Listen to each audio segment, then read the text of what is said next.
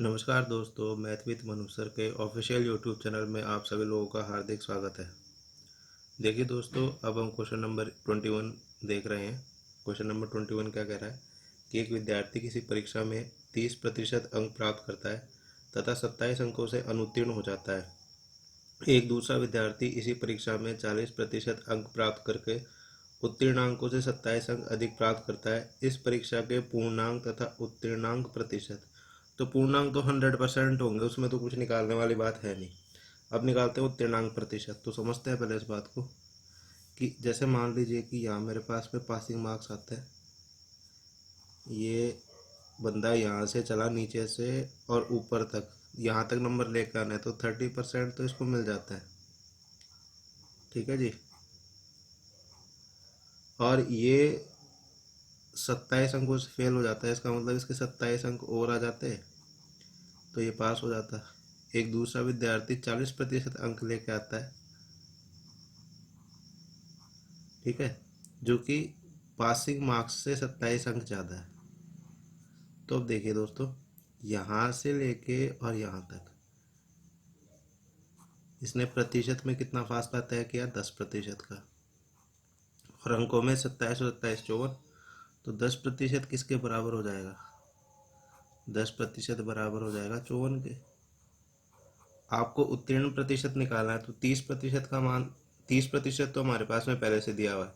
अब 27 अंकों में कितने प्रतिशत होते हैं वो और मिल जाए तो अपना काम हो जाएगा। ठीक है जी। तो देखो, हम 54 का आधा करेंगे तो 27 होता है, तो एक पक्ष में 2 का भाग दिया तो दूसरे पक्ष में भी 2 से भाग देंगे। ठीक है जी। तो 5% बराबर 27 के। इसका मतलब जहाँ 27 नंबर लिखा हुआ है वहाँ 5% लिख सकते हैं। तो 30% प्लस 5%, तो इसका मतलब उस बच्चे को पास होने के लिए कितने चाहिए, 35%। सिंपल क्वेश्चन था। ठीक है जी। चलिए अगला सवाल देखते हैं दोस्तों। देखिए दोस्तों, अगला सवाल है क्वेश्चन नंबर 22। क्या कह रहा है कि किसी परीक्षा में उत्तीर्ण होने के लिए 40% अंक चाहिए। ए ने उत्तीर्णांक से 10% कम अंक प्राप्त किए तथा बी ने ए से 11/1/9% कम अंक प्राप्त किए, जबकि सी ने ए तथा बी के कुल अंकों से 41/3/17% कम अंक प्राप्त किए। ज्ञात कीजिए कि सी इस परीक्षा में उत्तीर्ण हुआ अथवा नहीं। तो देखो, समझते हैं इस बात को। हम ये मान लेते हैं कि भाई वो परीक्षा 100 नंबर की थी। ठीक है भाई, maximum marks 100, maximum marks, MM का मतलब होता है मैक्सिमम मार्क्स। ठीक है भाई, 40% वाला पास था तो 40%, तो 100 का 40% निकाल दोगे यानी कि 40 अंक वाला पास है। अब इसने क्या कहा कि इसने ऐसे बोला है कि ए ने उत्तीर्णांक से 10% कम अंक प्राप्त किए। तो अब ये जो 40 है ये अपने आप में 100% है पासिंग मार्क्स का। ठीक है जी। तो उसने 10% कम अंक प्राप्त किए यानी कि ए ने जो है वो कितने प्राप्त किए, 40 का 90%। इसका मतलब 36 अंक प्राप्त कर लिए। और बी जो है, बी ने कितने प्राप्त किए, बी ने ए से 11 से 1/9, तो 11 सही 1/9 का मतलब कितना होता है, 1/9। ठीक है जी। अब देखो, बी ने ए से 11 से 1/9, तो 1/9 यानी कि एक कम प्राप्त किया, तो यानी कि 36 का 8/9 निकाल लेंगे हम। बी का मान पे आ जाएगा 9 6 54, सॉरी 9 4 36, 8 4 32। ठीक है जी। यानी कि इसने 32 अंक प्राप्त किए। अब इसने क्या कहा है, सी ने ए तथा बी के कुल अंकों से 41 सही 3/17% कम अंक प्राप्त किए। तो कम अंक प्राप्त किए तो समझते हैं वे टोटल 100% होंगे, और 100 में से माइनस कर देंगे 41 सही 3/17। ठीक है जी। ये दोनों प्रतिशत में, तो हम लास्ट में प्रतिशत लगा देंगे इसको माइनस करके। तो देखिए दोस्तों, अब इसको जब माइनस करेंगे तो ये हो जाएगा 100 माइनस 700 और बटे में 17। ठीक है जी। तो अब ये इधर जाएगा तो ये हो जाएगा 1700, 1700 माइनस 700 यानी कि 1000, 1000, 1000/17। अब ये प्रतिशत में है। ठीक है जी। तो 2 जीरो कट जाएंगे, इसका मतलब मेरे पास में कितना बच जाएगा लास्ट में, 10/17। ठीक है जी। अब इन दोनों का मिला के तो 36 और 32 कितना हो जाएगा मेरे पास में, 68। 68 का यदि मैं 10/17 निकालता हूँ तो कितना आ जाएगा मेरे पास, 17 चौक 68 और 4 गुणा 10 40। ठीक है जी। तो इसका मतलब क्या होगा, वो पास हो जाएगा इस परीक्षा के अंदर। नेट 40 आ रहा है तो वो क्या हो जाएगा, पास। ठीक है जी। देखिए दोस्तों, अगला सवाल है क्वेश्चन नंबर 23। क्या कह रहा है, किसी परीक्षा में 70% छात्र अंग्रेजी में तथा 80% गणित में उत्तीर्ण हुए, जबकि 10% छात्र दोनों विषय में अनुत्तीर्ण रहे। यदि 144 छात्र दोनों विषय में उत्तीर्ण हुए हों तो कुल परीक्षार्थियों की संख्या ज्ञात कीजिए। देखिए दोस्तों, अब इस क्वेश्चन को किस तरीके से करेंगे, इस टाइप के सवाल हम पीछे भी कर चुके हैं। तो हम पहले हमारे सब्जेक्ट बना लेते हैं दोनों। ठीक है जी। 2 सब्जेक्ट कौन कौन से, इंग्लिश और मैथ। इसमें पास हुए हैं 70%, इसमें पास हुए हैं 80%, और दोनों में फेल का आंकड़ा दे रखा है 10%। तो हमें ये चीज़ पता है कि जब एक में फेल है, यहाँ पे फेल होगा तो हमको पूरा फेल का ही आंकड़ा निकालना पड़ेगा। तो टोटल 70% है, तो अगर 70% पास है तो फेल कितने हो गए, 30। फेल हो गए 30%। ठीक है जी। और इधर फेल कितने हो गए, 20%। ठीक है जी। तो अब देखो फेल का प्रतिशत कितना आ जाएगा, फेल बराबर 30 + 20 - 10, यानी कि 40%। 40% फेल है तो पास कितने हो जाएंगे, 60%। पी यानी कि पास 60%। 60% किसके बराबर हो जाएगा, ये सवाल में दिया हुआ है 144 के। ठीक है जी। तो ये कट जाएगा, इससे कितनी बार जाएगा, 6 कम 6, 6 दूना 12, 6 चौक 24, यानी कि 10% बराबर हो जाएगा 24 के। आपको मान कितने का चाहिए, कुल विद्यार्थियों की संख्या यानी 100%। इंटू 10 करोगे ये 100 हो जाएगा, इसको इंटू 10 करोगे मान निकल के आ जाएगा, कितना आ जाएगा, 240। ठीक है जी। चलिए अगला सवाल देखते हैं दोस्तों। देखिए दोस्तों, अगला सवाल है क्वेश्चन नंबर 24। क्या कह रहा है, किसी परीक्षा में सम्मिलित लड़के तथा लड़कियों का अनुपात 16:9 है। इस परीक्षा में उत्तीर्ण हुए लड़कों तथा लड़कियों का अनुपात 5:4 है। यदि 80% लड़कियां उत्तीर्ण हुई हों तो कितने प्रतिशत लड़के उत्तीर्ण हुए। यह भी ज्ञात कीजिए कि कुल कितने प्रतिशत विद्यार्थी इस परीक्षा में उत्तीर्ण है। ठीक है जी। तो लड़कों का पता करना है और टोटल प्रतिशत पता करना है, तो समझो इस बात को। देखिए दोस्तों, हमारे पास में 2 कैटेगरी हैं, बॉयज़ की और गर्ल्स की। यहाँ लिख देते हैं बी और जी। ठीक है जी। अब इसमें से मेरे पास में 16:9 का अनुपात है, तो मैं 2 जीरो बढ़ा के लिख देता हूँ जिससे काटने में दिक्कत नहीं हो, और गर्ल्स हो जाएंगी 900। 16:9 को मैंने लिख दिया, इनको काटेंगे फिर से 16:9 ही आ जाएगा। ठीक है जी। अब पासिंग क्या दे रखी है इसने, 5:4 का अनुपात दे रखा है। एक बात और बोली इसने कि ये बराबर हो जाएगा 80% के। ठीक है जी। तो ये 80% के बराबर हो रखा है यहाँ पे।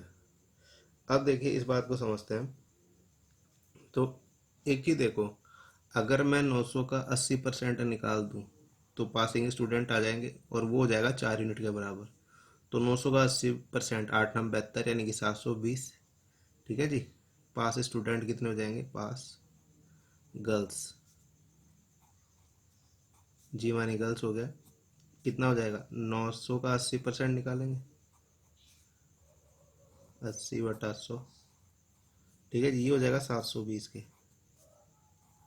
इसका मतलब 4 यूनिट यहाँ बराबर हो गई 720 के। 1 यूनिट का मान कितना हो जाएगा, 720 में भाग लगाओगे, 720 में भाग लगाओगे तो कितनी बार जाएगा, 4 एकम 4, 4 8 32, 180। ठीक है। आपको 5 यूनिट का मान चाहिए। ठीक है जी। तो 5 यूनिट का मान चाहिए, 4 और 1 5 होता है। इन दोनों को जोड़ेंगे 7 8 9, यानी कि 5 स्टूडेंट बराबर हो जाएंगे 900 के। ठीक है जी। इसका मतलब कि टोटल लड़कों की संख्या कितनी है, 900। 900 बच्चे पास हुए हैं। अब इसमें और क्या पूछा है इसने, अब इसने पूछा है कि टोटल पासिंग परसेंट कितना है। तो 720 तो लड़कियां हैं, 900 लड़के हैं, टोटल कितने हो जाएंगे? 720 प्लस 900, 1620। भाई 9 7 16, 20 यूँ का यूँ, 1620। टोटल नंबर ऑफ स्टूडेंट 1600 और 900, 2500 और इनटू 100। इसको हल करेंगे तो हमारे पास में कितना आ जाएगा? 64.8%। ठीक है जी। चलिए अगला सवाल देखते हैं दोस्तों। देखिए दोस्तों, क्वेश्चन नंबर 25 क्या कह रहा है? किसी चुनाव में दो प्रत्याशी ए तथा बी थे। इस चुनाव में मतदाता सूची में दर्ज व्यक्तियों में से 10% ने भाग नहीं लिया तथा 60 मत अमान्य घोषित कर दिए गए।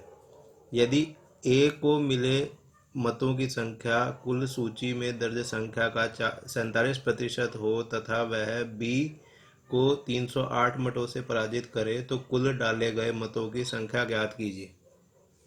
ठीक है जी, ये हमारे पास में सवाल हो गया। अब देखिए, सबसे पहले हम ये मानते हैं कि हमारे पास में कुल मतों की संख्या कितनी है? 100%। ठीक है जी, तो 100 यूनिट, क्योंकि पता नहीं है तो इसलिए मैंने 100 यूनिट मान लिया। ठीक है जी। अब इसमें क्या हुआ कि इसमें से 10% ने तो भाग ही नहीं लिया, तो 10% लेस हो जाएगा इसमें से, तो 100 में से 10% गया तो कितना बचेगा? 90। ठीक है जी। और इस 90 में से भी 60 लोग हैं, उन्होंने उनके मत अमान्य हो गए। ठीक है जी। अब इसने क्या कहा है कि ए को मिले मतों की संख्या कुल सूची में दर्ज संख्या का 47% है, तो कुल सूची में दर्ज कितने हैं? 100। तो 100 में से 47 तो किसको मिलेंगे? ए को। अगर ए को 47 मिले तो बी को कितने मिल जाएंगे? इसमें से 47 घटा देंगे तो इसको मिल जाएंगे 43 माइनस 60, 43 यू, सॉरी यू आएगा, यू माइनस 60। ठीक है जी। अब जीतने वाले उम्मीदवार 308 मतों से जीत गए, यानी कि हार जीत का कब पता लगता है? जब दोनों का अंतर हो, यानी कि 47U माइनस 43 माइनस 60 बराबर 308। ठीक है जी। तो U, तो 43, ये इसको खोलते हैं, 47U माइनस 43U प्लस 60 बराबर 308 के। 47 में से 43 गया, 4U बराबर, ये इधर जाएगा माइनस हो जाएगा, तो 308 में से 60 गया। ठीक है जी। तो 300 में से 60 गया, 240 बच जाएगा, 248 हो गया यहाँ पे, 248। तो यू बराबर कितना हो जाएगा? 6 चौक 24 और 4 दूना 8, यानी कि 62। आपको मान चाहिए 100 यू का, तो 100 यू का मान निकालोगे तो इसको भी इंटू 100 करोगे और इसको भी इंटू 100 करोगे। इसका मतलब टोटल कितने मत डले यहाँ पे? 6200। ठीक है जी। टोटल मतों की संख्या यहाँ 6200 हो जाएगी। चलिए अगला सवाल देखते हैं दोस्तों। देखिए दोस्तों, अगला सवाल है क्वेश्चन नंबर 26। क्या कह रहा है कि एक चुनाव में दो उम्मीदवार थे। इसमें 75% मतदाताओं ने अपने मताधिकार का प्रयोग किया तथा इनमें से 2% मतों को अवैध घोषित कर दिया गया। एक उम्मीदवार ने 92 मत प्राप्त किए जो वैध मतों के 75% थे। मतदाता सूची में कुल कितने मतदाता थे? ठीक है जी। तो अब हम यूँ मान लेते हैं कि टोटल जो मतदाता थे वो एक्स थे। अब एक्स में से 75% मतदाताओं ने मताधिकार का प्रयोग किया, यानी कि 75%। 75/100 लिख दो, 3/4 लिख दो, एक ही बात है। ठीक है जी। इसके बाद क्या हुआ कि इनमें से, अब ये अपने आप में 100% है, इनमें से 2% मतों का अवैध घोषित कर दिया गया। तो 2% अवैध हो गए, तो इसका मतलब 98% तो अभी भी सही है। 98/100 इंटू, फिर से क्या कह रहा है कि अवैध घोषित कर दिए गए। एक उम्मीदवार ने 92 मत प्राप्त किए जो कि वैध मतों का 75% है। अब ये वैध मत हो गए मेरे पास में, इसका 75%, 75 मतलब 3/4, और ये किसके बराबर हो जाएगा? 9261 के। ठीक है जी। तो ये देखो, 3 3 9, 9 से काटेंगे कितनी बार जाएगा? 1029 बार चला जाएगा। सही है। अब देखो 2 से काटते हैं इसको, 2 से कितनी बार जाएगा? 49 बार। और ये कितनी बार चला जाएगा, 21 बार। ठीक है जी। अब देखो x बराबर, यहाँ पे 2 आ जाएगा, 21 गुणा 4 दूना 8 और डबल जीरो, 8 दूना 16, 8 एकम 8, 16800। ये हमारा आंसर हो जाएगा दोस्तों। ठीक है जी। चलिए अगला सवाल देखते हैं। देखिए दोस्तों, अगला सवाल है क्वेश्चन नंबर 27। क्या कह रहा है, एक व्यक्ति अपनी आय का 75% खर्च करता है। उसकी आय में 20% वृद्धि होने पर वह अपने खर्च में 10% वृद्धि कर देता है। उसकी बचत में कितने प्रतिशत वृद्धि होगी। सिंपल क्वेश्चन है, देखना। एक आदमी की आय है, आय मान लेते हैं हम यहाँ पे कितनी है, 100 है। आय मान लेते हैं 100। उसके बाद में क्या हुआ कि उसके बाद में उसने जो है अपनी आय का 75% खर्च कर दिया। खर्च कितना करेगा, 75। अगर 75 खर्च कर दिया तो बचाएगा कितना, 25। ठीक है जी। फिर क्या हुआ, फिर ये कहता है कि उसकी आय में 20% वृद्धि हो गई होने पर, तो 100 थी, 100 से 20% एक्स्ट्रा लेके आओगे तो कितना हो जाएगा, 20% की वृद्धि हो गई तो कितनी हो गई, अब 120। ठीक है जी। अब 120 के अंदर आगे क्या कह रहा है कि वह अपने खर्च में 10% की वृद्धि करता है, यानी कि 75 के अंदर 10% की वृद्धि करता है। तो ये अपने आप में 100% है। इसमें 10% की वृद्धि का मतलब कितना हो जाएगा, 75 गुणा 110 और बटा 100। ठीक है जी।